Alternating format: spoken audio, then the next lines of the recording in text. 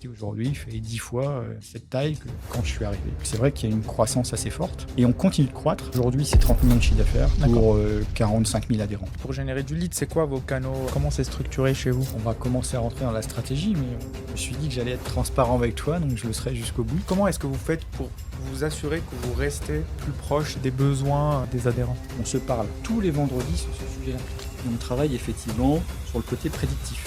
Le sujet, c'est la santé en 2050. C'est stratégique, ce que je te dis. Michael, j'ai une toute dernière question, et ça va être une question assez personnelle.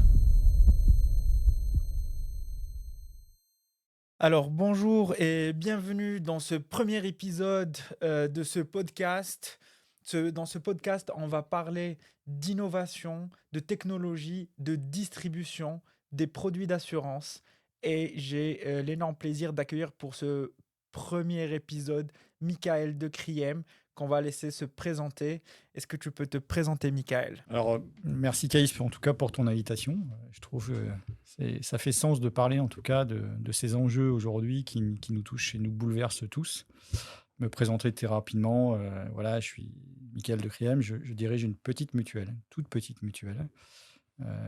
Et puis, je suis passionné dans ce que je fais, dans ce que j'entreprends, et particulièrement dans le domaine de la santé, qui est très importante et qui nous touche finalement tous tout au long de notre parcours de vie. Donc voilà, c'est un sujet en tout cas intéressant et important pour moi. Trop bien. Tu disais que tu dirigeais une petite mutuelle. Est-ce que tu peux nous parler un peu plus de l'Ami Mutuelle?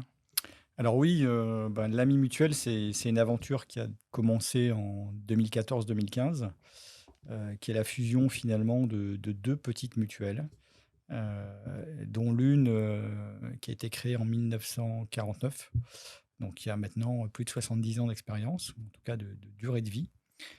C'est une mutuelle qui est très affinitaire puisqu'elle a été constituée par des fonctionnaires pour des fonctionnaires, notamment issus du ministère des Coopérations, qui, par le temps, a disparu. Il s'est retrouvé, en tout cas, attaché, associé à l'Outre-mer, qui a été lui-même rattaché au ministère de l'Intérieur. Donc, c'est une mutuelle aujourd'hui qui fait 45 000 membres participants, qui est très affinitaire, puisqu'elle est la troisième mutuelle du ministère de l'Intérieur. Mais pas que, puisque c'est une mutuelle qui assure aussi dans le monde entier des expatriés. Ça fait partie de son ADN, de sa culture. Et puis, depuis une dizaine d'années, c'est vrai qu'on a une diversification assez intelligente sur les petites entreprises pour comprendre, apprendre finalement ce que c'était que la collective, et le milieu de la collective en assurance de personnes, bien évidemment, qui est notre métier. L'Ami Mutuelle, c'est aussi une mutuelle qui fait de la santé et de la prévoyance, Ouais. puisqu'elle dispose de ses agréments. Et puis, qu'est-ce qui nous caractérise finalement? C'est l'image de notre colibri. Nous sommes petits, agiles. On aime bien cette image de colibri, puisque finalement, le colibri, c'est le seul oiseau qui peut réussir à voler en marche arrière. Je ne sais pas si tu savais. Non, je ne savais pas. Voilà. Donc, on a cette capacité de retournement, en tout cas, Mhm. cette capacité d'agilité. On essaie finalement de jouer notre rôle d'acteur social dans l'écosystème de l'assurance de personnes. Alors, quand on regarde les mutuelles, ce qui est assez intéressant, hein, aujourd'hui, il en reste à peu près 300. Dans les 300, on doit être 40e, si on prend un ranking assez classique. Mais devant nous, on a des mastodontes qui font des milliards d'euros de chiffre d'affaires. Donc, il y a un écart entre finalement le 40e que nous sommes et puis le très grand. Ouais. Mais j'imagine le 300e qui doit être encore beaucoup plus petit. Donc, c'est vrai que c'est un milieu qui est assez spécifique et que moi j'aime beaucoup. J'aime beaucoup et en tout cas que j'apprécie travailler dans ce milieu-là. Voilà. Comment ça se fait que tu te retrouves directeur général de l'Ami Mutuelle? C'est quoi ton parcours? Comment tu as fait pour arriver là? Écoute, c'est souvent le cas de parcours assez classiques, mais qui sont aussi parfois des chances. Alors la chance, c'est que il faut déjà beaucoup travailler. Voilà, donc je pense que je fais partie de ces gens qui ont toujours beaucoup travaillé. Ensuite, des fois, tu rencontres les bonnes personnes au bon moment. Voilà, c'est des histoires aussi de vie qui se font. Moi, j'ai un parcours assez classique, hein, parce que j'ai débuté ma carrière à l'international dans le secteur des télécoms, donc rien à voir. Ah tu ouais. vois. Mais par contre, j'avais déjà cette fibre un peu technologique, d'innovation. Et dans le secteur de télécom, au moment de la dérégulation des télécoms, et on était vraiment une start-up, alors une grosse start-up, puisqu'on était chez un opérateur historique à l'étranger. Je ne citerai pas le nom. Euh, j'ai travaillé 5 ans dans cet environnement de start-up qui bougeait beaucoup, très techno. Et puis, pour des raisons personnelles, j'ai fait le choix de revenir en France. Et puis, j'ai eu l'opportunité de rentrer dans un groupe de protection sociale. J'ai découvert le métier finalement de la protection sociale, de l'assurance de personnes, qui m'a beaucoup plu dans ses produits, dans sa capacité de captation de valeur ajoutée. Mhm. Et j'y suis resté. Et puis, de fil en aiguille, je me suis retrouvé effectivement à avoir cette proposition de travailler, en tout cas pour cette petite entreprise, cette petite mutuelle que j'aime beaucoup. Trop bien. Et comment tu as commencé directement directeur général chez l'Ami Mutuelle? Oui, tout à fait. J'ai commencé directeur général chez l'Ami Mutuelle. Ok. Donc, ça faisait 3 millions de chiffre d'affaires. C'était assez petit. Il y avait 7 personnes. Donc, il a fallu avoir une vision très entrepreneuriale Ouais. des choses. Mm. Ça veut dire quoi? Ça veut dire à la fois bouger les cartons Mm. et à la fois avoir un regard stratégique assez intéressant, voilà, de prospection, d'anticipation. Ouais. Alors, j'ai la chance d'avoir un conseil d'administration voilà, bien posé, avec une belle vision. Mais c'était aussi l'intérêt de se dire, ben, est-ce que je suis capable de créer quelque chose dans un environnement qui est finalement très réglementé, Ouais. très codifié, que je connais bien, mais bon voilà, il fallait apporter aussi sa valeur ajoutée. C'était aussi un test personnel, hein, c'est un choix de carrière, soit tu continues dans les grands groupes, soit tu prends une PME, et puis tu transformes cette petite mutuelle en quelque chose qui aujourd'hui fait 10 fois cette taille que quand je suis arrivé. Ouais, Donc c'est ça, hein, voilà, enfin, très intéressant. en fait, entre le moment où tu es arrivé, c'était en 2011, c'est ça? 2015. Ah, 2015. Ok. 2015. Donc, entre le moment où tu es arrivé en 2015 et aujourd'hui, Ouais. c'est quoi l'évolution de l'Ami Mutuelle? Ça a Alors, fait quoi l'évolution, c'est x10. fois Voilà, 10. tout Incroyable. simplement. En chiffre d'affaires ou en chiffre d'affaires. en chiffre Voilà. d'affaires? Donc aussi quasiment en membres participants. Ok. Voilà, c'est quasiment du 1 pour 1 de toute manière. Donc c'est vrai qu'il y a une croissance assez forte. Et on continue de croître, puisque les chiffres de l'année prochaine sont encore très orientés positivement. Donc oui, ça reste en tout cas une dynamique de développement qui est assez forte. Maintenant, il faut trouver le juste équilibre entre développement, rentabilité, pérennité, structuration de fonds propres. Et quand je parle de ça, je regarde aussi solvabilité 2, respect des ratios, Bien sûr. aux bornes effectivement de la réglementation. Bien sûr. L'Ami Mutuelle aujourd'hui, c'est combien d'adhérents ou c'est quel chiffre d'affaires? Enfin, en tout cas, Alors aujourd'hui, c'est 30 millions de chiffre d'affaires D'accord. pour 45 000 adhérents. Voilà, D'accord. c'est ce chiffre-là. Alors, il faut regarder la segmentation, hein, puisqu'il y a 10 ans, on faisait quasiment 100% en individuel. Mm. Le marché de l'individuel a beaucoup bougé, continue de bouger, avec notamment la PSC fonctionnaire. Bien sûr. Donc, on va passer quasiment d'une couverture individuelle à une couverture collective. Donc, aujourd'hui, on fait à peu près 50-50. Voilà. Et c'est un bon équilibre de se dire 50 en individuel, 50 en collective. Ça permet effectivement de gérer le risque dans le temps. Ouais. Je dirais d'adapter aussi son portefeuille aux enjeux de distribution, aux enjeux de réglementation et aux enjeux effectivement de la santé, et des problématiques de santé en France. Ouais. Tu disais que vous allez encore progresser là sur 2025. C'est quoi aujourd'hui les leviers qui vous permettent de croître? Comment s'organise la croissance? Comment vous la pensez? C'est quoi un peu votre stratégie par rapport à ça? Alors, on a une stratégie marketing qui est assez posée. Alors, même si aujourd'hui, je regarde le marketing avec beaucoup de recul. Je pense qu'aujourd'hui, le marketing est en train de se déplacer vers la technologie. On le voit bien, on parlera d'intelligence artificielle après, je suppose, on parlera effectivement de blockchain, on parlera d'objets connectés. Donc il y a quelque chose qui est en train de se déplacer très fortement du marketing de la distribution vers le marketing technologique. C'est comment on embarque effectivement cette intelligence artificielle dans nos parcours de prospection, dans nos parcours effectivement de vente. Ça, c'est une chose. C'est vrai qu'on a pris le parti très très rapidement, nous, de digitaliser nos offres. Donc, tunnel de souscription, lead, Ouais. on travaille sur les plateformes que tout le monde connaît, voilà, et sur lesquelles beaucoup d'acteurs sont. mais pas que. On a aussi tout le travail en SEO qui remonte automatiquement sur notre site, qui vient alimenter un fond de lead que l'on traite effectivement en direct. Soit c'est du traitement direct, soit c'est du traitement indirect parce qu'on a de la souscription full ligne. Ouais. Voilà, un jeune aujourd'hui peut adhérer directement sans aucun Ouais, problème. d'ailleurs, j'ai une question par rapport à ça. Du coup, vous avez digitalisé tous vos parcours de souscription, vous les avez même triés par persona, c'est-à-dire que voilà, en arrivant sur votre site web, on peut se reconnaître dans un des personas que vous avez définis et donc aller choisir l'offre en question et donc ce qui ouvrira le parcours adapté à notre persona. C'est assez intéressant d'ailleurs parce que j'ai vu que vous avez fait pas mal d'efforts sur, la distinction entre un parcours senior qui est plus adapté aux seniors et un parcours jeune qui est le mien. Donc vous avez bien travaillé la digitalisation des parcours de souscription. Vous avez mené ces projets il y a combien de temps aujourd'hui? Alors ça, on a fait ça, on a commencé il y a à peu près 3 4 ans, juste avant Covid, pour terminer complètement le projet il y a 2 ans. Alors, sur effectivement les personas, on est allé plus loin, puisqu'on a travaillé aussi sur l'hyper-personnalisation du parcours. L'hyper-personnalisation du parcours, c'est quoi? C'est, on va jouer aussi sur un code couleur.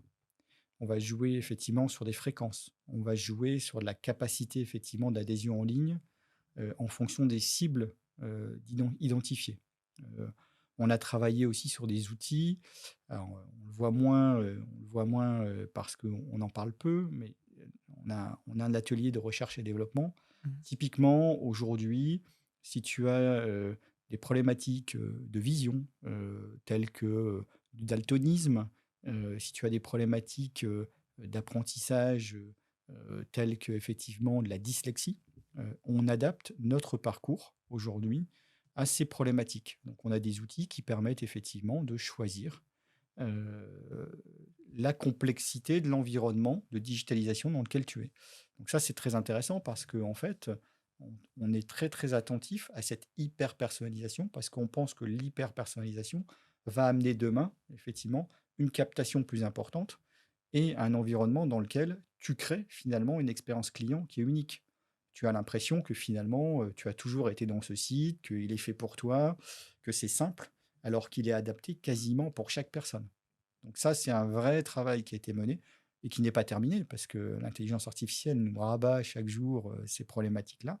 Donc ça, c'est un sujet sur lequel on est en train de, voilà, de cruncher pour avancer en tout cas et améliorer nos parcours. Mais c'est vrai que c'est quelque chose qu'on a initié il y a 3 4 ans.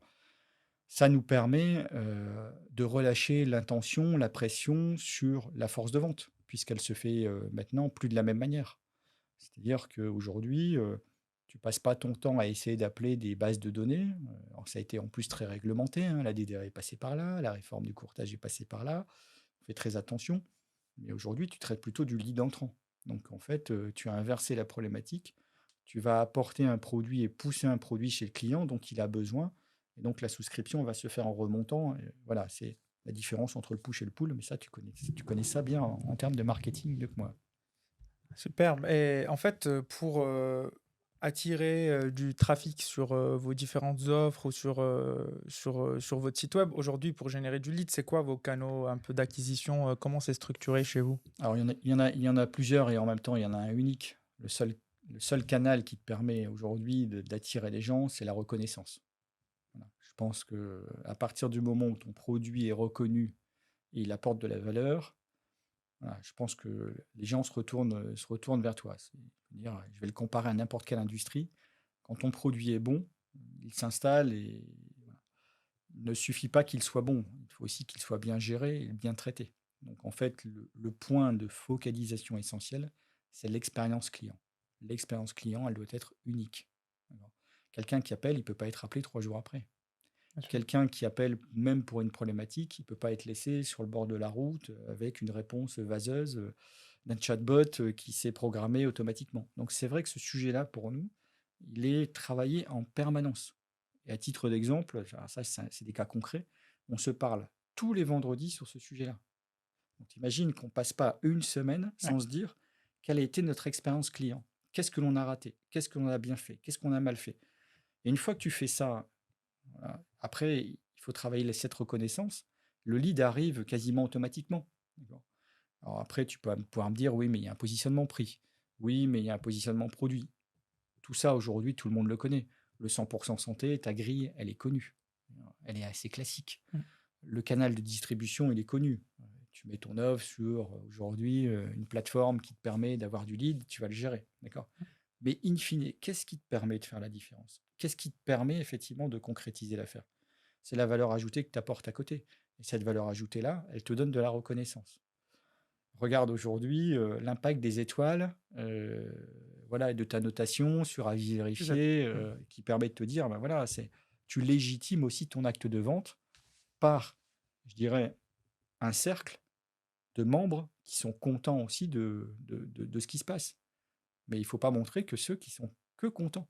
Il faut aussi montrer ceux qui ont des problèmes. Ouais. Voilà. Parce que montrer que ceux qui ne sont que contents, c'est finalement vendre un peu du rêve. Et on sait que parfois, ben voilà, il y a des problématiques de gestion, il y a des problématiques que j'ai perdu mon papier, j'ai perdu ma facture, Mm, mm. elle est illisible. C'est le cas, nous, pour nos adhérents, parfois, qui sont dans les pays un peu lointains. Et parfois des écritures difficiles à déchiffrer, donc qui prennent plus de temps. Il ne faut pas non plus vendre ce que tu ne peux pas assumer. Ouais, bien sûr. Et c'est aussi important de le dire à ta communauté. Ce devoir de transparence, d'éthique vis-à-vis de nos clients fait aussi que voilà, ça permet d'apporter et de légitimer cette valeur. Et in fine, derrière tout ça, on met quoi? On met aussi de l'humain. Mm. C'est-à-dire que au bout du bout, s'il y a un problème, si tu n'arrives pas à comprendre une garantie, si tu n'arrives pas à signer ton adhésion, tu as quelqu'un réellement au bout du fil. D'accord. Et cette personne, c'est Cathy, c'est Peggy, c'est Adeline. Voilà, ce sont des personnes qui sont là concrètement. Mm. Et tu auras toujours ces mêmes personnes. Donc tu crées aussi finalement une proximité qui rassure dans la démarche d'adhésion et qui permet de compléter le dispositif. Alors tu vas me dire, c'est rien d'innovant. Non, mais en fait, au contraire, pour moi, l'innovation, qu'elle soit technologique ou l'innovation, c'est un mix d'humain et de technologie qui permettent d'accélérer les process et d'apporter un meilleur service au client final. Finalement, c'est ça un peu ce qu'on essaie de trouver, parce que la technologie sans l'humain derrière, ça ne fonctionnera jamais, et c'est évident. On est d'accord. Et voilà, l'humain ne scale pas les process, on ne peut pas gérer une grosse croissance avec que l'humain. Et je voulais te demander, est-ce que vous travaillez avec les comparateurs? Alors nous, on travaille beaucoup avec les comparateurs. Ok. Voilà. En tout cas, c'est une source d'alimentation. On s'aperçoit que finalement, ça ne fait pas tout. Je pense que les comparateurs, c'est mécanique. Il faut savoir effectivement positionner ton prix, positionner ton offre pour générer du lead et optimiser en tout cas le lead derrière. Donc ça, c'est un processus qui est assez industrialisé. Alors, il faut être derrière, il faut être assez précis. Pour moi, c'est de l'horlogerie suisse, tu vois, le comparateur. C'est derrière, il faut bien traiter le lead en temps et en heure, il faut bien Ouais. apporter la bonne réponse. Voilà. Mais derrière tout ça, il y a aussi le flux automatique. Parce que quand tu vas sur le comparateur, on parle de toi, on compare l'offre. Des fois, c'est reposé sur la table. Et puis la personne revient un mois après, 2 mois après. Mais là, elle passe directement par le site. Ouais. Et ça, c'est autre chose. Tu vois, là, c'est encore un autre canal de distribution. Oui, bien sûr. Le processus que vous avez mis en place entre comment vous réfléchissez par rapport aux offres que vous mettez sur le comparateur? Vous dites pas comment vous réfléchissez par rapport à ça? Vous Alors, dites. c'est stratégique. Hmm. Aujourd'hui, effectivement, tes orientations de développement, elles sont lesquelles? Le marché est très organisé. Le marché des entreprises, c'est pas sur les comparateurs. Sur les comparateurs, c'est que de l'offre individuelle. L'offre individuelle santé, elle touche qui aujourd'hui? Elle touche un peu les jeunes, un peu les actifs Hmm. et beaucoup les seniors. Donc, c'est vrai qu'aujourd'hui, notre positionnement, nous, est plutôt sur les seniors, sur les comparateurs. On va parler des fonctionnaires de minutes. Les fonctionnaires aujourd'hui sont en train de vivre une réforme essentielle pour le monde, effectivement, de la protection sociale complémentaire des fonctionnaires. C'est une couverture sous contrat collectif avec contribution de l'employeur. C'est une avancée hyper importante pour les fonctionnaires et pour tous les fonctionnaires. En tout cas, moi, à titre personnel, je trouve ça très positif. Mais c'est vrai que ce marché-là, qui était individuel, va devenir un marché collectif. Donc, on va le remettre de côté. Donc, il va rester quoi sur l'individualité? Un peu les TNS, mais ça dépend comment on les traite, effectivement. Et puis, les seniors, c'est-à-dire les jeunes retraités, les retraités. Alors, même si on aura un peu de jeunes, un peu d'actifs, effectivement en décrochage ou en besoin effectivement d'un complément d'assurance, mais c'est surtout les seniors. Et nous, on pense que notre canal de distribution le plus efficace, c'est sur les seniors. Parce que les jeunes, on le voit bien, ils arrivent directement sur notre site et puis ils se connectent automatiquement. Voilà, le digital est aujourd'hui le jeune, j'en ai 3 à la maison, voilà, ça va bien, ça Mm. va vite, tu Ouais. vois. Et, Donc ça, c'est vrai que c'est notre cible. ok. Et c'est organisé comment le processus? Alors c'est très clair. Du coup, est-ce que vous avez les offres que vous mettez sur le comparateur par rapport aux seniors? Est-ce que c'est que les offres d'entrée de gamme où vous dites on va aller sur des prix qui sont plus bas pour faire cliquer et puis ensuite on va peut-être repositionner une offre plus adéquate parce qu'on a un bon service client qui appelle rapidement, qui est capable d'assister. Donc c'est là où voilà, on va recontacter le prospect et faire la différence. Ou est-ce que non, vous mettez vos offres seniors En et... fait, c'est une bonne stratégie marketing, mais je ne sais pas si elle fonctionne.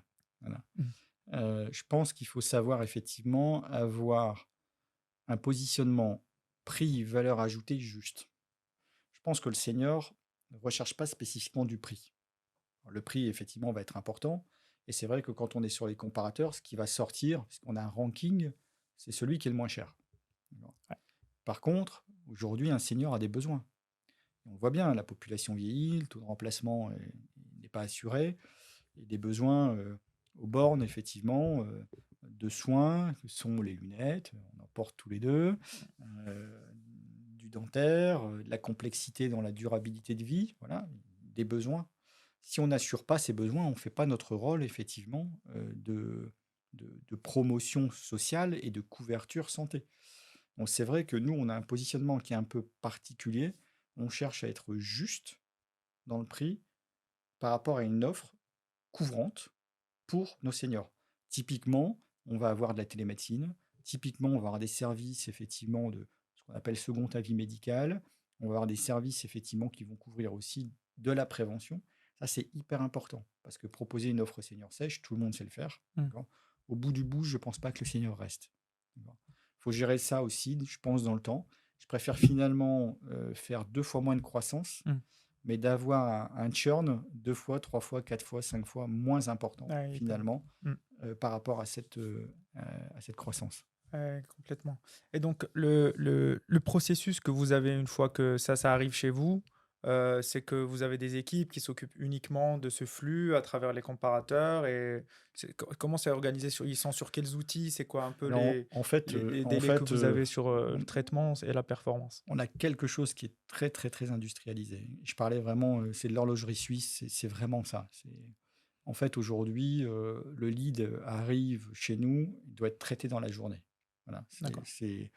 et ça va même plus loin, c'est que quand il y a une demande de rappel, parce qu'effectivement, il y a 2 façons de traiter le lead, hein. C'est soit effectivement, je suis allé au bout du devis, j'ai juste besoin de la fin pour souscrire, ou soit j'ai un call to action et j'ai besoin d'être rappelé. Call to action, il faut rappeler dans les 15 minutes. Ouais. D'accord. Donc là, c'est de l'appel sortant et c'est des équipes dédiées. Effectivement, on a à la fois du front, du middle, du back en charge de traiter en fonction des processus les problématiques d'adhésion. Et ça se répartit assez naturellement. Tu as besoin de rappeler, tu es plutôt sur du front. Tu as besoin d'être aidé à souscrire parce que tu n'as pas compris telle ou telle garantie, tu es plutôt sur du middle. Tu as un besoin de mise en gestion. Là, effectivement, c'est du front. Par contre, c'est 48 heures la mise en gestion. C'est-à-dire que quand tu adhères aujourd'hui, 2 jours après, tu as ta carte tiers payant dans ta boîte aux lettres. Mm. D'accord. Y compris sur ton app, effectivement, en tiers payant dématérialisé, tu peux tout de suite, effectivement, aller te couvrir. Donc, c'est des processus qui sont très, très, très écrasés Mm. et qui apportent tout de suite de la valeur. Tu concrétises tout de suite ton adhésion. Et c'est souvent le cas. J'ai besoin de changer, j'ai besoin d'être accompagné. Mm. Alors après, il y a le traitement de l'ARIA qui peut prendre un peu de complexité, Complètement. mais voilà, ce processus-là est assez bien géré. Par contre, il est fragile, ce processus, et on le connaît tous. Il suffit que tu dérègles quelque chose, il suffit que ça se déporte dans le temps. Voilà, il faut tout le temps en permanence le mesurer, regarder les KPI. Ben voilà, est-ce que je suis bien sur mon appel téléphonique? Est-ce que je suis pas trop long? Est-ce que je suis pas trop court? Ouais. Est-ce que j'ai bien traité ma boîte aux lettres? cas, nous, les collaborateurs en charge de ça, le soir, la boîte aux lettres doit être vidée. Tu ne peux pas la reprendre le lendemain matin. Voilà. Donc, c'est pour ça que je dis, il faut être très, très attentif. C'est un sujet très pointu, très, très, très Ah, pointu. trop bien. Et on l'a normalisé le plus possible. Simplification, normalisation. D'accord. Simplification parce que plus c'est simple, plus c'est compréhensible, mieux c'est. Il n'y a pas de frottement. Normalisation, tu as le même discours. D'accord. Tu dis la même chose. Tu communiques de la même manière. D'accord. Alors cet élément répétitif peut être parfois, oui, mais ça peut être déshumanisé. Pas du tout. Je pense que chacun peut y mettre son intention. Je dis souvent, riez au téléphone. Sympa de rire au téléphone. C'est clair. Non, mais quand tu ris au téléphone, ça s'entend. Mhm. Même quand tu souris au téléphone. D'accord. Donc tu peux apporter. Par contre, la normalisation permet effectivement d'apporter ce côté professionnel rassurant de je dis la même chose, même si je dois changer d'opérateur sur mon dossier. Et ça, c'est extrêmement important. Ouais. Et ensuite, une fois que voilà, vous avez fait la souscription, ensuite, là, tu disais que voilà, il se passe 48 heures entre le moment où on fait la souscription et le moment où on reçoit sa carte. Donc, le process de mise en gestion est un processus qui est automatisé, Automatisé complètement. donc intégré, que ce soit sur les flux qui arrivent à travers les conseillers ou les flux qui arrivent à travers le site web. Donc, ça passe en gestion automatiquement, ça génère C'est ça. voilà, l'ensemble des documents qui vont être envoyés à l'adhérent. J'imagine un email d'onboarding pour l'application mobile, les Complètement. campagnes. Un welcome pack, Un welcome pack, ouais. effectivement, qui te permet d'onboarder tout de suite Ouais. sur ton app mobile, Ouais. ton espace adhérent. Alors, sur l'espace adhérent, comme sur l'app mobile, on a des processus de sécurité, bien évidemment, parce que tu dois générer un mot de passe. Ouais. Voilà. On a vu ce qui s'est passé quand même sur la cyber en début d'année, donc on fait très très attention. Ouais. Mais oui, tu peux aller chez le médecin, 48 heures après, tu es couvert. Quoi. C'est hyper important. Ouais, c'est super bien ça. Et en fait, une fois qu'on a adhéré, là on voit que sur voilà, la santé, on a quand même un taux de churn qui est très élevé, notamment avec la RIA, où tout le monde sait qu'il peut changer d'assureur tous les ans. Quand vous avez de nouveaux adhérents, est-ce que sur les 6 premiers mois, les 10 premiers mois, les 11 premiers mois, vous avez un plan où vous avez des actions, vous avez mis en place des choses qui permettent de venir réduire le churn au moment où les gens commencent à se poser des questions par rapport à leur contrat d'assurance et surtout par rapport aux saisons. On sait que septembre, décembre, c'est une saison où il y a énormément de mouvements. Comment vous faites par rapport à ça? Alors, on va commencer à rentrer dans la stratégie, mais bon, je me suis dit que j'allais être transparent avec toi, donc je le serai jusqu'au bout. Ah ouais, Alors, on a un plan de suivi spécifique pour les entreprises. Typiquement, tu es une entreprise, tu adhères chez nous. 3 mois après, on va voir la RH pour faire un point de mise en gestion. Point de mise en gestion, c'est où sont les frottements, l'insatisfaction, satisfaction, voilà, les problématiques de mise en gestion. Il y en a toujours. Je prends juste un exemple. Voilà, je dirais l'interconnexion avec ton ancienne mutuelle, avec ta nouvelle mutuelle, effectivement, par rapport à ta caisse de rattachement sur le régime obligatoire, tu peux avoir effectivement un peu de frottement qui fait que tu n'es pas déconnecté de l'ancienne, tu n'es pas encore connecté sur la nouvelle, puisqu'effectivement, la CPM considère aujourd'hui que tu as deux mutuelles, donc on coupe. D'accord. Donc ça, on le fait à 3 mois, on le fait à 6 mois, pour avoir effectivement ce bilan et recueillir avec effectivement la personne en charge de la mise en place de cette gestion, RH, chef d'entreprise, voilà, la personne en charge de cette gestion. La satisfaction ou l'insatisfaction et traiter les problématiques. Ce qui peut nous amener à traiter les problématiques individuelles, d'affiliation, de connexion, qui sont effectivement assez importantes. Donc ça, c'est sur l'entreprise. Sur l'individuel, bien évidemment, on a un suivi, mais qui est plutôt un suivi global. J'ai pas envie que les nouveaux soient traités différemment des anciens. Pourquoi? Parce que je suis nouveau, j'aurais besoin d'un suivi spécifique. Non, je pense qu'on a besoin d'être en proximité de nos adhérents. La proximité, elle se traduit comment? Déjà par l'information qu'on peut leur donner, par la transparence de l'information qu'on peut leur donner. Je prends un exemple, là on communique beaucoup sur les déremboursements de sécurité sociale. Qu'est-ce que ça coûtait avant? Qu'est-ce que ça coûte aujourd'hui? Les augmentations de tarification, le remboursement, forfait médecin traitant qui est passé de tant d'euros à tant d'euros. Comment ça se gère pour vous? Voilà, avec des exemples très concrets.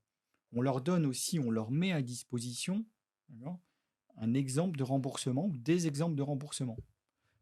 Voilà, vous changez vos lunettes. Si vos lunettes coûtent 300 euros, avec votre remboursement, vous allez avoir tant d'euros remboursés et tant d'euros de votre poche. Bien sûr. Donc, on agit sur cette transparence. Ensuite, bien évidemment, on est à l'écoute de leurs besoins. Être à l'écoute de leurs besoins, c'est d'identifier leurs événements de vie. Un décès, ça peut arriver. Un mariage, ça peut arriver, même quand je suis senior, par exemple. Ouais. Une naissance, pour les actifs, ça arrive aussi. Donc, bien évidemment, il faut être à l'écoute de leurs évolutions de vie. Et être à l'écoute de leurs évolutions de vie, c'est pas seulement les appeler pour leur proposer une offre qui soit mieux couvrante, moins bien couvrante, etc. C'est aussi leur dire félicitations, bienvenue au nouveau-né, la famille effectivement s'agrandit, bravo, on est là aussi pour être en proximité de vous.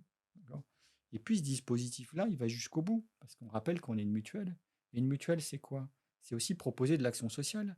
Donc c'est aussi d'être là quand il y a une difficulté à un moment donné pour accompagner l'adhérent dans, je dirais, sa complexité de santé globale. Et c'est ce qui fait que finalement l'adhérent reste. Bien sûr. Et donc, les actions. Alors, je comprends. En fait, l'histoire, elle est super bien parce qu'effectivement, tu vois, ce que tu me dis en termes d'accompagnement, c'est vraiment l'accompagnement qu'on pourrait décrire et qui serait juste vu comme parfait. Euh, mais comment c'est implémenté concrètement comment est-ce que vous faites pour avoir ces données, pour pousser Ah ouais, alors, je vais essayer de répondre à ta question. Hmm. D'accord. Déjà, on a des compétences. Les compétences, c'est quoi? C'est des hommes, c'est des femmes qui, tous les jours, effectivement, font un don de compétences à l'entreprise pour la faire progresser, pour la faire prospérer dans leurs croyances. Je vais te prendre un exemple qui est, en plus, qui est très personnel. Mon papa a eu un cancer. Voilà. Donc, il est guéri, c'est super, je suis super content, c'est top. Ce qu'on appelle en rémission maintenant. Voilà. Et il a beaucoup, effectivement, lu pendant cette période où il était en soins. Il m'a dit ce que tu as apporté, en tout cas ce que vous avez apporté sur pendant mon cancer, comment je vis, comment je me soigne, comment je mange, comment finalement je bouge, comment voilà, tous ces articles qu'on a pu apporter et qui ont été faits par une personne voilà, qui travaille sur le sujet chez nous, qui s'appelle Manon, voilà, qui contribue à beaucoup de choses. Elle lui a permis aussi de se sentir mieux, de se sentir peut-être plus compris. Il m'a dit, c'est vrai que c'est ce que je vis. Voilà, c'est ce que je vis. Donc ça, c'est un sujet, effectivement, qui est industrialisé chez nous, mais humanisé. C'est-à-dire que c'est bien une personne qui le fait. Tu vois, sur ChatGPT aujourd'hui, il va te rédiger quelque chose de très bien fait. Mais ça, c'est très humanisé. Le fait de l'humaniser, c'est ensuite de le pousser et de le mettre à disposition de nos adhérents. D'accord. C'est dans un blog, ils vont le chercher en fonction de leurs besoins, en fonction de leurs envies, en fonction de leur situation. Donc on a toute une bibliothèque autour de la prévention de mise à disposition, la nutrition, voilà, la rentrée, il fait moins bon, j'ai moins le moral, voilà, ce genre de choses. Mais pas que, c'est pas suffisant. Ce qui est important, c'est pouvoir aussi dire à tes adhérents aujourd'hui, voilà l'information que je peux vous mettre à disposition spécifiquement parce qu'aujourd'hui, votre persona est classé, a été identifié. C'est vrai que si je suis senior, j'ai peut-être plus des problématiques liées à la vaccination. On va rentrer dans les périodes d'hiver. La vaccination antigrippale. Voilà. Donc là, tu communiques. Donc tu vois qu'en fait, à la fois, on met beaucoup d'humains et à la fois, on essaie aussi de gérer par. On a un data scientist au sein de notre entreprise qui effectivement, c'est le travail de cruncher la donnée, de pouvoir effectivement établir des processus relativement automatisés pour pouvoir travailler sur une communication qui soit toujours personnalisée. Je te parlais d'hyper-personnalisation, c'est un sujet qui me touche beaucoup. On va dire comment je peux hyper-personnaliser ma communication en étant dans des processus digitaux assez bien faits. Alors, c'est des sujets complexes parce que ça bouge beaucoup. Ça demande effectivement de cruncher énormément de données. Très très bon article qui est paru d'ailleurs sur la consommation en intelligence artificielle au sens du développement durable. Je te passerai l'article si ça t'intéresse. Mais voilà, ça c'est quelque chose qui est devant nous et qui fait sens, en tout cas, dans ce que l'on fait. Je ne veux pas enlever l'humain, mais en même temps, on est obligé d'utiliser l'intelligence pour se rapprocher, effectivement, encore plus Mmh. de la spécificité de nos adhérents au travers de son hyper-personnalisation et de lui apporter le maximum de valeur ajoutée possible. Aujourd'hui, une entreprise, si tu réponds à un appel d'offres et qu'elle te dit tiens, moi j'ai un risque routier important parce que je suis dans l'entreprise de transport et que tu l'apportes effectivement de la prévention sur les troubles musculo-squelettiques, elle va dire ça répond pas à ma problématique. Mmh. Tu vois, cet exemple-là est très concret. Ouais. C'est le même pour nos adhérents. Voilà. Mmh. C'est très clair, c'est très impressionnant. Bravo pour, tout ce que vous faites. Hem, je veux te parler un peu plus produit. Heu, ouais, aujourd'hui, les habitudes de consommation, changent énormément, que ce soit sur, les canaux à travers lesquels les gens vont venir chercher de l'information et puis peut-être s'intéresser à la marque et revenir et acheter. Donc, voilà, où ça commence sur les réseaux sociaux ou sur plein voilà, différents types de canaux et donc les gens achètent différemment. Mais les gens ont aussi de nouveaux besoins. Voilà, il y a des nouvelles habitudes, on fait de nouvelles choses qu'on ne faisait pas il y a 10 ans, il y a 15 ans et donc en fait, on s'attend aussi à ce que, les produits d'assurance santé puissent couvrir, ces choses-là. Comment est-ce que vous faites pour, adapter vos produits, les faire évoluer? Est-ce que vous travaillez constamment sur de nouveaux produits, vous sortez de nouvelles garanties? Comment est-ce que vous faites pour vous assurer que vous couvrez, vous restez au plus proche des besoins, des adhérents? Alors je pense qu'il y a deux choses dans ce que l'on échange. C'est la première chose, c'est qu'aujourd'hui, il y a une hyper comparabilité et une hyper facilité de comparabilité des offres et des produits. Et on le fait tous d'ailleurs, hein, quand on veut acheter quelque chose, de toute manière, on prend l'outil et puis on peut comparer effectivement le prix, la valeur du produit, les avis des consommateurs. Voilà, on peut tout comparer aujourd'hui. Donc c'est vrai que cette hyper comparabilité introduit une concurrence nouvelle, active, puisque on peut le faire tout le temps. Et ça, c'est quelque chose aujourd'hui qui est devenu de toute manière notre quotidien à tous et dans tous les secteurs d'activité. Peut-être pas dans l'hyperluxe, mais et encore. Ensuite, il y a les besoins des adhérents, des membres, qui effectivement évoluent parce que la population évolue, parce que la façon effectivement de vivre change. On va pas reprendre ce qu'on a vécu pendant la période effectivement où on était tous à la maison, Mmh. voilà, pendant cette crise de la Covid. Mais pendant cette crise de la Covid, très peu de gens ont été malades. Ouais, ouais, ouais. Très peu de gens ont été malades. Et pourquoi très peu de gens ont été malades? Parce qu'effectivement, on n'était pas exposés. Ça, c'est juste un exemple très basique et très observable.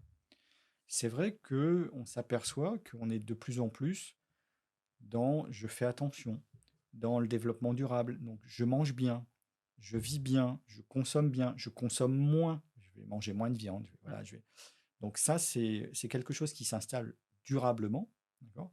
Et puis après, on a une population qui, de toute manière, même si la longévité semble se stabiliser, on aperçoit que voilà, on commence à toucher effectivement des sommets.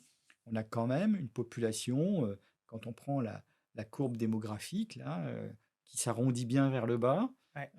Et cette population-là, ben, elle va avoir de plus en plus de besoins d'accompagnement dans le bien vieillir en bonne santé. Comment l'ami mutuel peut accompagner vivre en bonne santé tout au long de sa vie? Ça, Complètement. c'est une vraie question et c'est une vraie question d'observation. Il faut réussir finalement, quand on pense un produit, à la fois à anticiper ça, Mmh. à la fois identifier les besoins nouveaux, à la fois voir ce qui se passe sur un marché qui est très réglementé. Un médecin, aujourd'hui, même s'il pratique différemment parce qu'il y a de la télémédecine, parce que les outils, effectivement, sont de plus en plus connectés, finalement, exerce toujours le même métier d'essayer de soigner les gens, de soigner les gens par rapport à leurs problématiques, effectivement, de soins. Ça, c'est quand même l'objectif. Maintenant, si on veut essayer de se projeter et faire l'exercice de prospectif, d'accord, je lisais un article très intéressant dans le Scientist que tu connais. Il disait aujourd'hui, on commence à mettre effectivement de la nanotechnologie sur les prothèses de hanches, les prothèses de coudes, etc. Et en fait, je me suis dit, mais pourquoi on fait ça? Oui, on fait ça parce que ça permet de s'assurer que finalement, la prothèse de hanche ne se dégrade pas. Elle vit bien.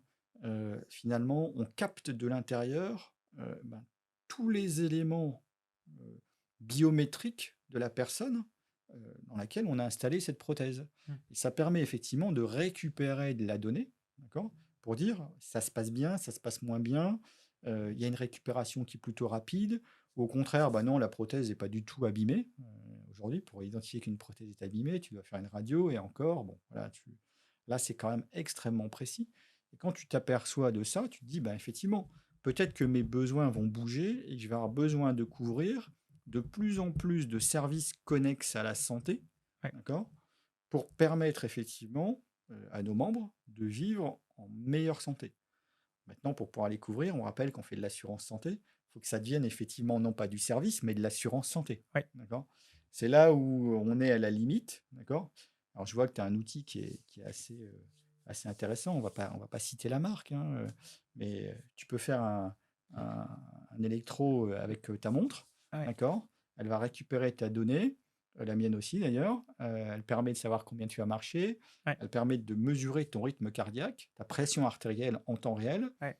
Comment tu additionnes finalement ces données-là pour te dire, c'est ce produit-là qu'il me faut. Et ça, c'est la prospective, c'est le prédictif. C'est-à-dire, je récupère toutes les données. Alors, c'est des données nominatives de santé. Attention, données nominatives de santé qui sont protégées. Donc là, après, on va parler de blockchain. On va parler effectivement de partage de données sous haute fréquence sécurisée pour te permettre de dire à l'assureur, c'est cette offre-là qu'il te faut. C'est pas celle-là. Parce qu'on a aussi un devoir de conseil. D'accord. Donc, comment adapter nos offres santé demain en fonction des besoins de consommation de nos personas en récupérant finalement des données qui sont connectées, d'accord, hyper connectées, en créant ce côté un peu immuable de la congruence de la donnée, on n'y touche pas, c'est quelque chose de très protégé, c'est des données nominatives de santé, ça va effectivement, et ça t'est propre, mais ça permet quand même d'avoir une indication aujourd'hui qui est assez intéressante. Ouais, Et complètement. d'ailleurs, on a valorisé le produit en disant si tu tombes, si tu fais un malaise, elle appelle les secours tout seul. Ouais, tout seul, ouais. D'accord. Ouais. Donc, on a déplacé un peu le sujet. Donc, et tu vois bien que là, tu n'as pas acheté une montre, tu as acheté un outil qui te permet de faire plein d'autres choses que de voir l'heure. C'est Exactement. vachement intéressant. D'ailleurs, on voit pas trop l'heure dessus. Est-ce que c'est un enjeu alors, donc, tous ces enjeux-là, finalement, toutes ces analyses ou de pouvoir connaître, voilà, d'analyser comment est-ce que les besoins évoluent et ce dont ont besoin les gens, il y a effectivement une réflexion produit derrière qui est faite pour se dire toujours comment est-ce que l'ami mutuel peut apporter un meilleur produit d'assurance et donc de meilleurs services. Là, on parle de garantie et de services connexes qui permettent aux adhérents de mieux vivre. Est-ce que vous avez, dans cette démarche-là, est-ce que, du coup, quelle est la fréquence avec laquelle vous mettez sur le marché de nouveaux produits ou vous faites évoluer un produit, même si c'est voilà, quelques garanties à quelle fréquence ça arrive? Alors, là, encore une fois, je pense qu'il y a deux choses. Il y a le côté je rêve et il y a le côté pragmatique. Le côté pragmatique, c'est vrai, on a tendance à faire un peu évoluer nos produits. Bon, déjà au bord de la réglementation, parce qu'effectivement, si tu es 100% santé, ton produit évolue en fonction de la réglementation. Ouais. Ça, c'est une obligation. Et puis parfois, tu n'as pas besoin de changer grand-chose dans ton produit. Donc, ça, c'est quelque chose d'assez rapide. Et tu parlais effectivement de time-lapse. Ça, c'est quelque chose qui dure allez, un mois et demi, 2 mois, ça va assez vite entre la mise en gestion et puis la validation du produit.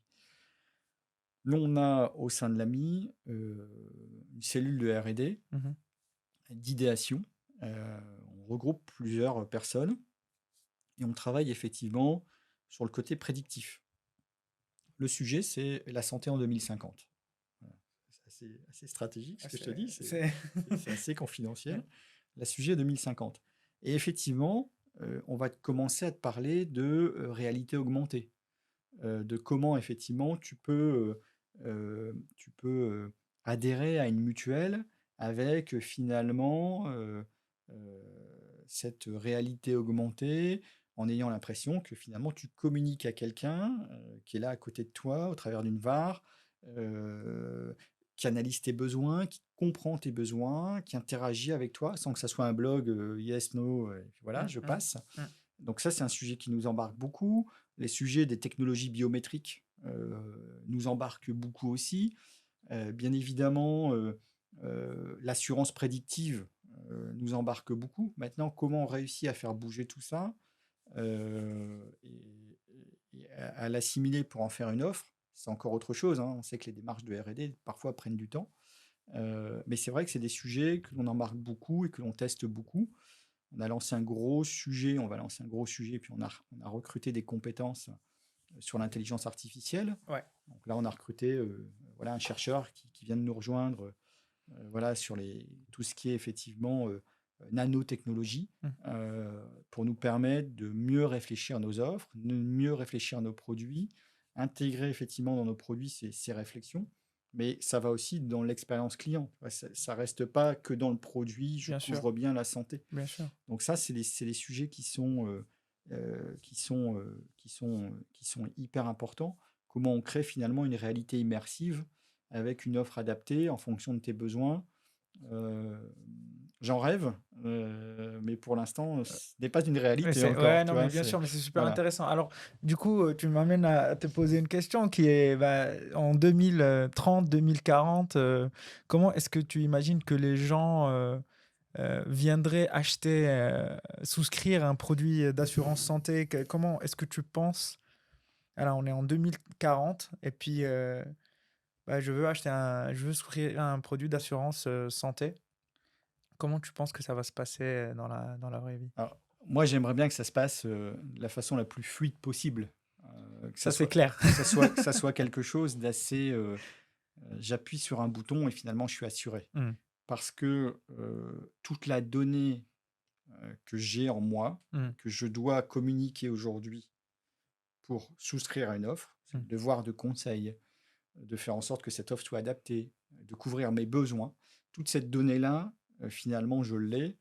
Et j'espère que demain, elle sera mise à disposition. Je ne sais pas comment, je ne sais pas sous quelle technologie, mais ça permettra en tout cas de s'assurer que l'offre correspond bien aux besoins. Mm. Euh, c'est le sujet sur lequel on doit tous travailler en data. Et la mise à disposition de cette data, on la transverse et comment on la partage. On parlait effectivement du dossier médicalisé. Enfin, voilà, c'est des sujets qui sont pour moi hyper importants. Donc j'aimerais bien que ça soit fluide, facile, euh, avec effectivement l'intégration de services beaucoup plus importants. Parce que la santé, finalement, ça devient aussi beaucoup de services. Ouais.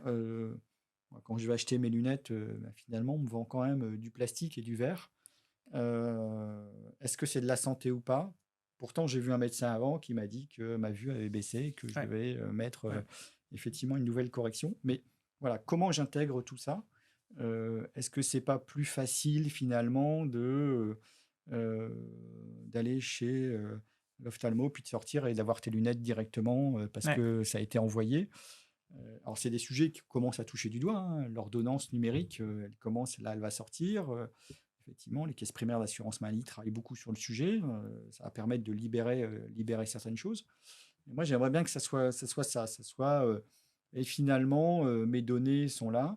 Et puis, que cette partie soit beaucoup plus immersive. Ouais, c'est qu'au C'est- lieu, par exemple, de remplir un parcours où je renseigne des choses et Voilà, qui est un peu, voilà, hein, c'est que j'ai toutes mes données qui sont en moi, puis j'arrive, je suis reconnu, et on sait même que j'ai été chez le médecin il y a quelque temps, que j'ai changé mes lunettes il y a 6 mois, et que voilà ce qui s'est passé dans ma vie. c'est ça, Et donc, tout de suite, j'ai le meilleur produit qui m'est recommandé, et je complètement, suis presque sûr que c'est le meilleur produit pour moi, puisque je sais que mes données sont accessibles, que ça a été construit pour ça. complètement, complètement.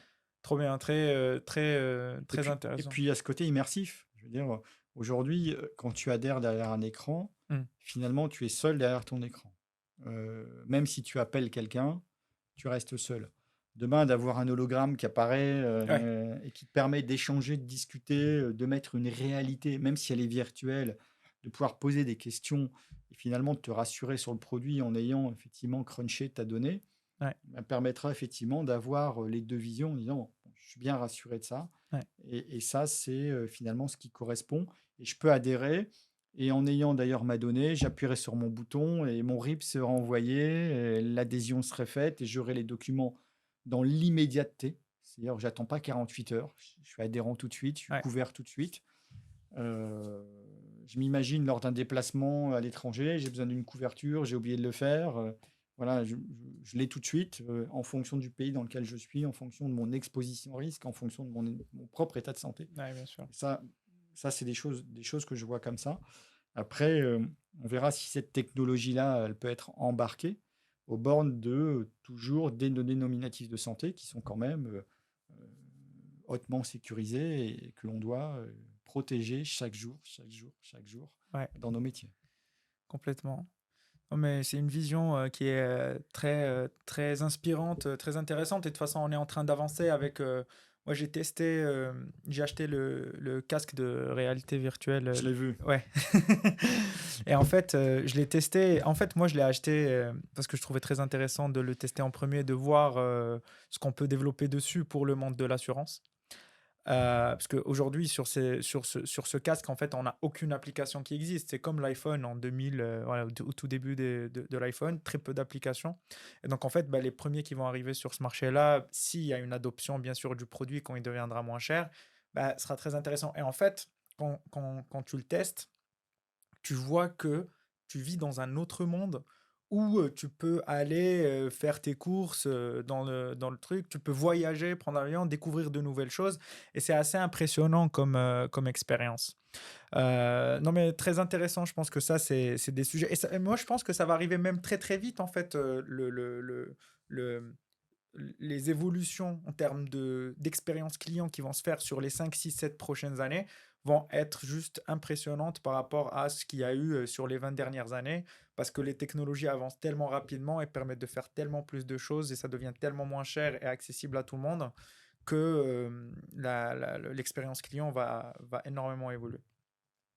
Bah, merci pour le partage de ta vision, Michael. J'ai une toute dernière question et ça va être une question assez personnelle. Je voulais te demander, Michael, alors on a parlé de la souscription en 2030-2040, mais je voulais te demander aussi, Michael, en 2030. Qu'est-ce que c'est qui ça va, tu vas faire quoi? Tu vas être où? C'est quoi ta vision? Comment est-ce que tu vas où est-ce que tu vas être en 2030? Qu'est-ce que Ah, tu vas être en train de faire? tu m'avais dit que tu allais me poser une question piège. Ouais, je sens bien la question piège. Voilà la déstabilisation qui arrive. Merci, Caïs. Difficile de répondre à cette question, bien évidemment. Moi, je me qualifie toujours comme entrepreneur, explorateur. J'aime entreprendre, j'aime explorer. J'ai fait récemment quelque chose d'assez intéressant. Je ne sais pas si tu connais. C'est MIT qui a développé ça, qui s'appelle YouFuture. Ah non, je connais pas. YouFuture, c'est Quoi? quelque chose qui travaille sur de la recherche et qui te permet de prédire avec de l'intelligence artificielle, avec qui tu es. Alors même, tu peux même insérer ta photo, voilà. Ce que tu seras dans 10 ans, dans 15 ans. Ah, trop marrant ça. Mais est-ce que tu seras visuellement ou vraiment genre ce que tu seras Les deux, les deux? les deux. Et donc, effectivement, tu te prends un peu au jeu parce que tu as une série de questions, je t'invite à le faire, et qui permet de t'orienter, effectivement, dans tes choix de dans 10 ans, en te disant que finalement, les recherches américaines, alors c'est un psychologue américain qui a travaillé sur ces sujets-là avec le MIT, c'est les choix que tu fais aujourd'hui vont impacter tes 10 prochaines années. Parce qu'on sait très bien que finalement, on aimerait bien tous que ça ne change pas, mais ça va changer. Moi, j'aimerais bien que ça ne change pas, mais je sais que ça va changer. Parce que ton état de santé va changer, parce que ton environnement va changer, parce que tes enfants vont grandir. Voilà. Il y a plein de choses qui vont changer. Et en intégrant ces paramètres-là, on te propose effectivement différents scénarios en te disant, n'oublie pas de te dire que si tu manges bien aujourd'hui, si tu n'es pas dans l'excès aujourd'hui, tu bénéficieras effectivement dans 10 ans, effectivement, d'un environnement, d'un capital santé qui sera plus important. Et je trouvais cette expérience-là assez intéressante. Aux bornes de ta question, enfin, je rebondis sur ta question, ce que je serai en 2030, finalement, c'est ce que je construis aujourd'hui. Et j'ai envie de te dire que tout ce que je construis aujourd'hui autour de mon bien-être, ma santé, mon travail, mes envies, mes amis, ma famille, me permettront, dans 10 ans, j'espère, d'être toujours aussi impactant sur l'environnement d'innovation, d'organisation, d'entreprise, de structure, pour leur permettre toujours d'aller chercher de la valeur et de leur proposer de la valeur, et de proposer de la valeur in fine aux clients et à l'adhérent. J'espère être en pleine forme dans 10 ans. En tout cas, j'espère. J'y travaille. Mais je te propose vraiment de regarder cette recherche faite par le MIT. C'est Future You, You Future, Future You. Futur You. Je vais regarder. Je Très mettrai aussi intéressant, le lien très pour. pertinent. On pourra mettre le lien, Ah, effectivement. Tu verras, c'est assez puissant. Alors après, on pourra te dire, oui, mais à ce moment-là, est-ce que l'intelligence artificielle ne peut pas orienter finalement ce que tu aimerais bien être en fonction de ce que tu es aujourd'hui? hmm. Certainement, certainement qu'il y a des limites, mais ça permet quand même d'avoir un cheminement d'anticipation et ça aide, je pense, à réfléchir aujourd'hui à ce que tu ne veux pas être dans 10 ans ou dans 15 ans. Ouais. Voilà. C'est assez intéressant. Complètement. Donc, moi, ce que je retiens, c'est que tu es un entrepreneur et dans 10 ans, tu seras encore un entrepreneur. Complètement.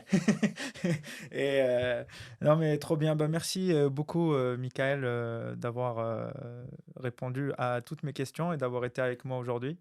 Bah, c'est moi qui te remercie. Et puis, je vous dis merci aussi de nous avoir écoutés. Si vous avez aimé cet épisode, n'hésitez pas à souscrire à la chaîne. Il y aura plein d'autres épisodes avec plein d'autres invités. Et surtout, dites-moi ce que vous en pensez en commentaire. Salut!